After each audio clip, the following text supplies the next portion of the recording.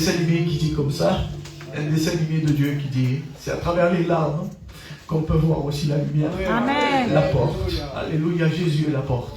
Gloire à Dieu. Jésus.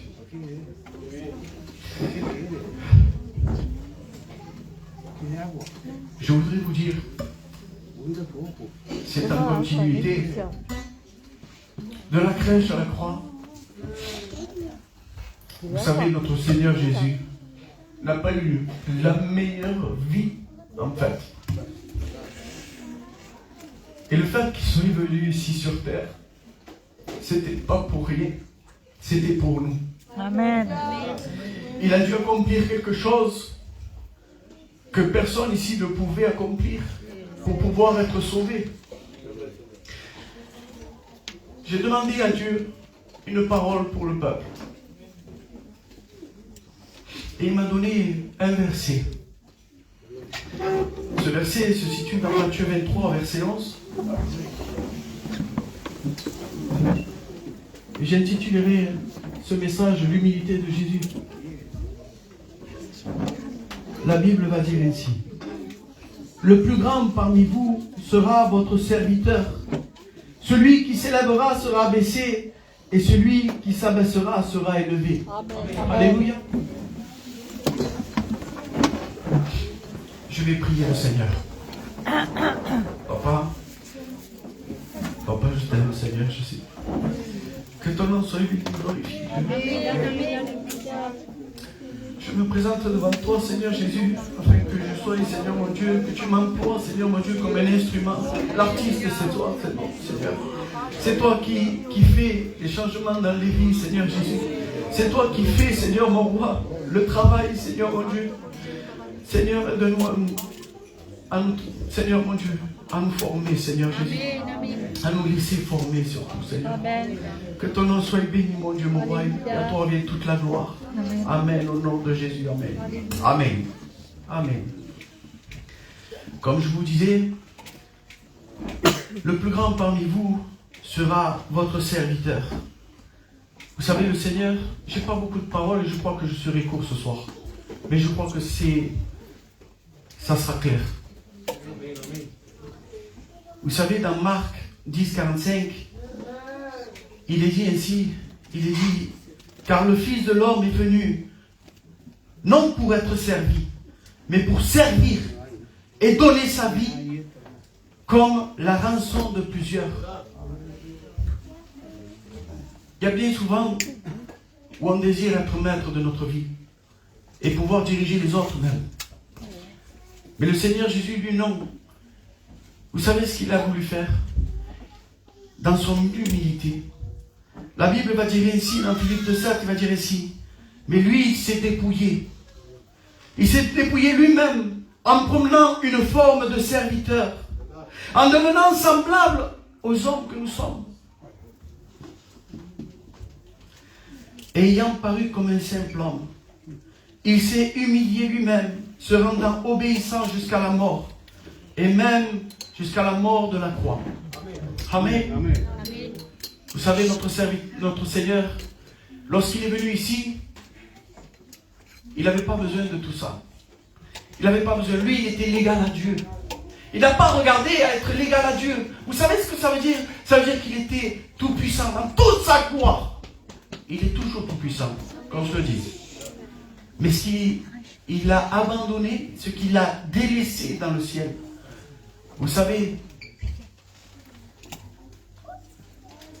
la seule chose qu'il a délaissée dans le ciel, c'est l'omniprésence pour être ici sur la terre. Mais ça, il a fait par amour pour chacun de nous. Il a fait par amour pour toi, pour moi. Il a choisi d'avoir cette limite. Mais pas cette limite-là. Ça a été l'humilité de Jésus. Faire une tâche que personne ne pouvait faire. La Bible dit ainsi que le rachat de l'homme ne pourra pas se faire, ne pourra jamais se faire. La Bible le dit. Si Jésus ne serait pas venu sur terre, nous serons tous perdus. C'est vrai. Bien sûr, à mon travail, avec des collègues de travail, on parle Et on était en train de parler de l'enfer. Le lieu de tourment pour l'éternité. Les gens le prennent trop souvent comme des paroles en l'air. Mais vous savez très bien que le lendemain ne nous appartient pas. Que nous puissions avoir 15, 20 ans, 13 ans. Je parle pour les plus jeunes qui s'en vont. Et on a des cas, et même plus jeunes. Jusqu'à 85 ans. J'ai perdu aussi un oncle aujourd'hui, 85 ans. Il y a 2 jours, je viens d'enterrer mon parrain, mon ex-parrain, on va dire. Il avait 65 ans. Il y avait un mois en arrière, j'ai perdu le père de mon beau-frère. Le lendemain ne nous appartient pas. Si vous avez un choix à faire, c'est aujourd'hui. Amen. C'est pas demain. Si vous voulez mettre votre vie en règle avec Dieu, c'est pas demain. C'est maintenant. Chaque seconde compte. Nous serons tous. Nous devons rendre compte tout pour toutes nos paroles. Pour toutes nos paroles que nous disions, que nous faisons, pour tous les actes que nous faisons sur la terre. L'homme et la femme sont de nature pécheresse. Si on laisse la chair, les désirs de la chair sont contraires à ceux de l'esprit. Et ceux de l'esprit sont contraires à ceux de la chair. C'est-à-dire qu'à un moment donné, il faut faire un choix. Soit suivre Dieu, soit suivre nos envies. Mais le résultat, c'est que Romains 3,23 va dire ainsi, tous ont péché et sont privés de la gloire de Dieu, c'est vrai. Et Romains 6, 23, c'est le salaire du péché. À force de regarder notre chair, nos envies, le salaire, c'est la mort. Et vous savez ce que c'est la mort? La séparation. La séparation avec Dieu pour l'éternité. La Bible va dire ainsi, après la mort, vient le jugement. Il n'y a pas un après, peut-être que je vais pouvoir me... Non, on ne s'arrange pas avec Dieu après. Avec Dieu, on ne s'arrange pas après la mort. C'est maintenant. Dieu a ouvert la porte de la grâce à la croix.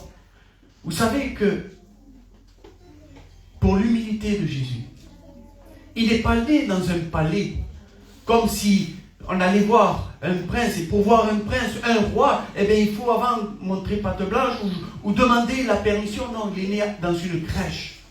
La crèche, c'est une étable. Une étable, c'est là où il y a les animaux, même pas les hommes. C'est pour te donner à toi l'opportunité. Même si tu te sens financièrement le plus démuni. Mais le Seigneur, à toi, il t'offre encore la possibilité de faire la connaissance de Jésus.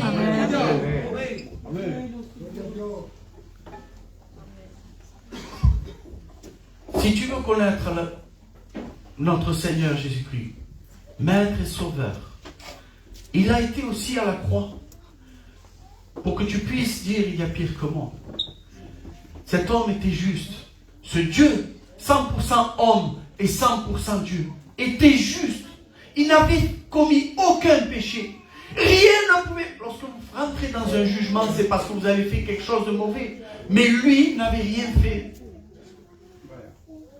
Et il a souffert. Il a souffert des blessures, des meurtrissures. La Bible va dire ainsi, que c'est par ces meurtrissures que nous sommes guéris. C'est lui, Romains, dans Psaume 103, verset 3, va dire ainsi, c'est lui qui pardonne toutes nos fautes, nos iniquités. Et c'est lui qui guérit toutes nos blessures, nos infirmités, la Bible va dire. Si aujourd'hui tu vois que les hommes, les médecins n'ont plus aucune main dessus, alors je crois qu'il faut se laisser aller dans les choses de Dieu. Amen. Il faut se laisser faire dans la volonté de Dieu. Amen. Je ne sais pas quelle est la volonté de Dieu en vérité. Pour un malade, à part si le Seigneur me dit, celui-là je l'ai guéri. Comme le pasteur, quand il impose les mains aux malades, la Bible dit, vous imposerez les mains aux malades et les malades seront guéris. Alléluia. Seulement, des fois on le reçoit, des fois on ne le reçoit pas. C'est la volonté de Dieu. Amen. Mais nous en remettons tout à la volonté de Dieu. Amen. La Bible va nous dire, vous savez, notre Seigneur Jésus, il a appris, comme le verset nous dit, il a appris, il s'est humilié lui-même, se rendant obéissant.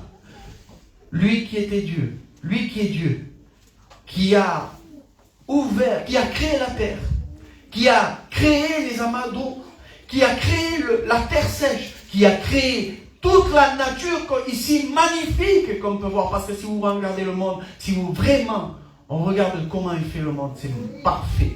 Si vous verrez, ne serait-ce que l'anatomie humaine, comment elle est faite parfaite.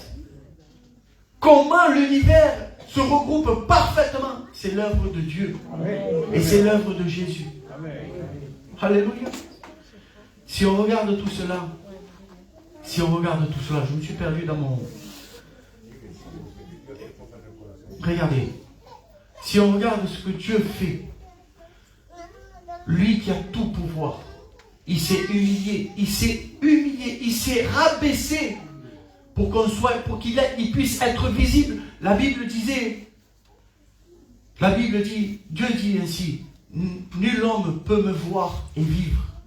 Mais lui, il a pris un corps de chair, justement pour qu'on puisse le voir et qu'on puisse suivre son chemin, sa façon de faire, sa façon de vivre. Nous devons accepter. Il est mort à la croix pour nous, mais nous devons prendre sa vie. Alléluia. Nous devons le suivre.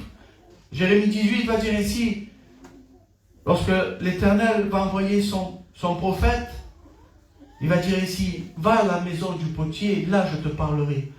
Et là il descendait, une manière d'obéir, l'obéissance. Je vais obéir à la voix de Dieu.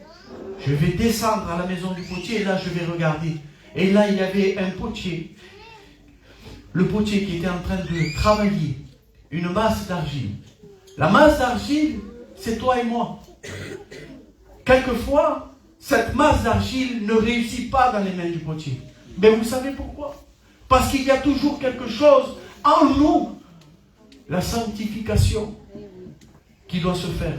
Sans la sanctification, nul ne verra Dieu. Et pour se sanctifier, il faut arriver à Dieu. Il faut s'approcher de Dieu. Il ne faut pas... Il y a deux choses dans ce monde. Dans ce monde, il y a Dieu, les choses de Dieu et le monde. Ce que tu donneras au monde, tu ne pourras pas le donner à Dieu. Quand Jésus avait une pièce, on lui demandait, est-il obligatoire, si je peux le dire comme ça, est-ce qu'on doit payer l'impôt, les pièces, à César? Jésus va dire ici, donnez-moi une pièce. De quelle est l'effigie? De quelle est la face? Qui y a là-dedans? C'est César. Ramenez donc à César ce qui est à César et à Dieu ce qui est à Dieu. Amen. Amen. L'humilité, c'est aussi de faire un travail. Un travail que le corps, la chair ne veut pas. S'humilier devant Dieu. S'humilier devant Dieu, c'est se reconnaître ce que nous sommes. Jean 15, 5 va dire ainsi, je suis le vrai cep, je suis le cep, mon père est le vigneron, vous êtes les sarments. Alléluia.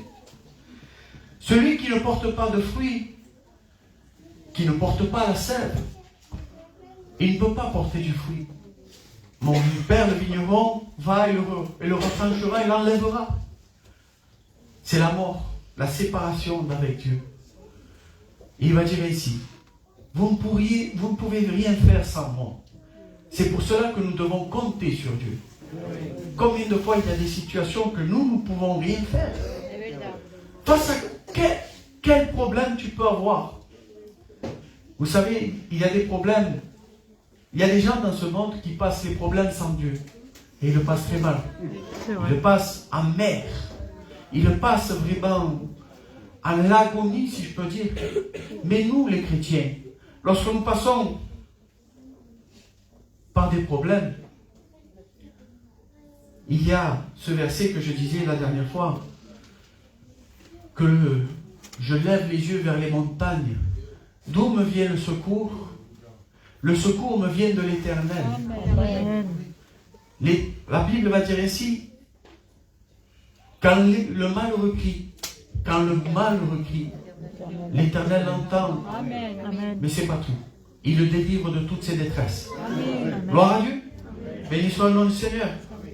Je vais dire un autre verset, Ézéchiel chapitre 47, verset 3 à 25.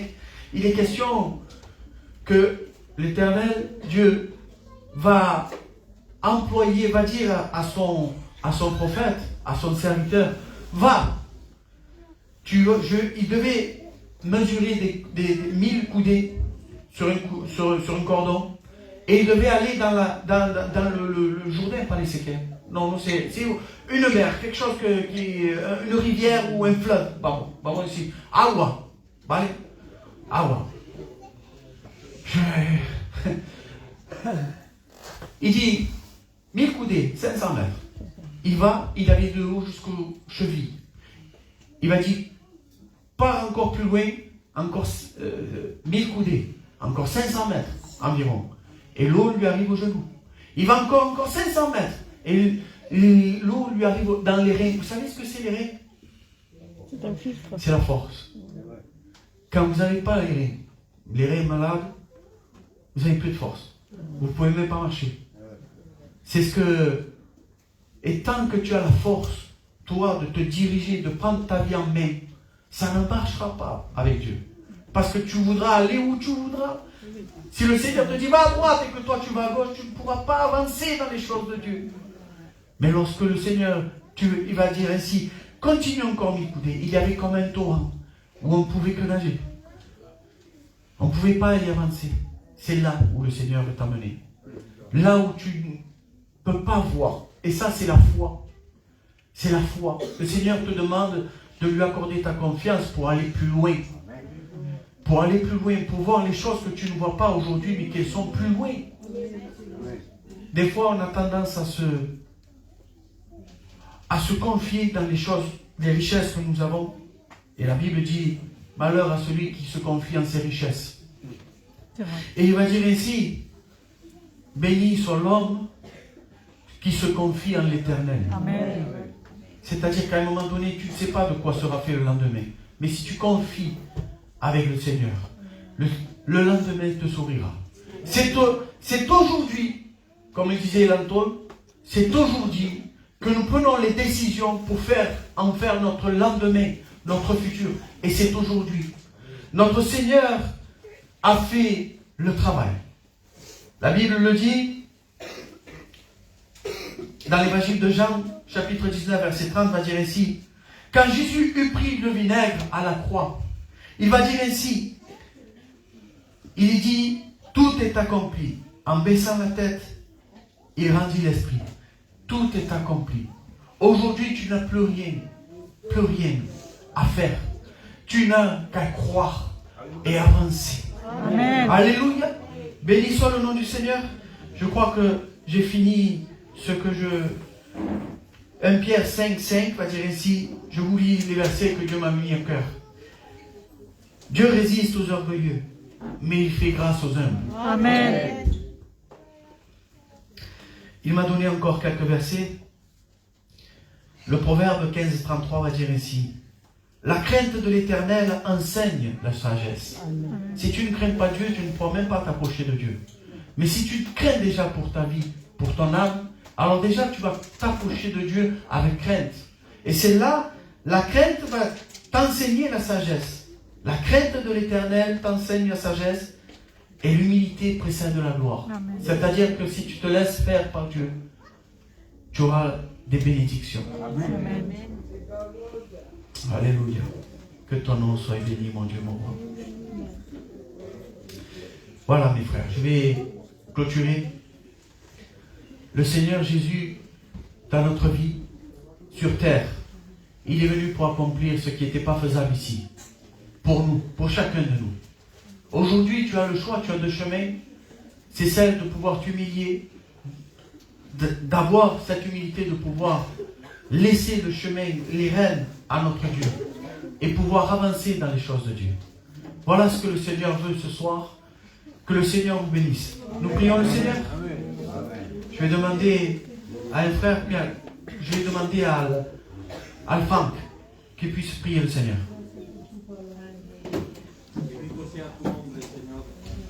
Señor, te damos gracias, Señor, por esa porción de palabra, Señor.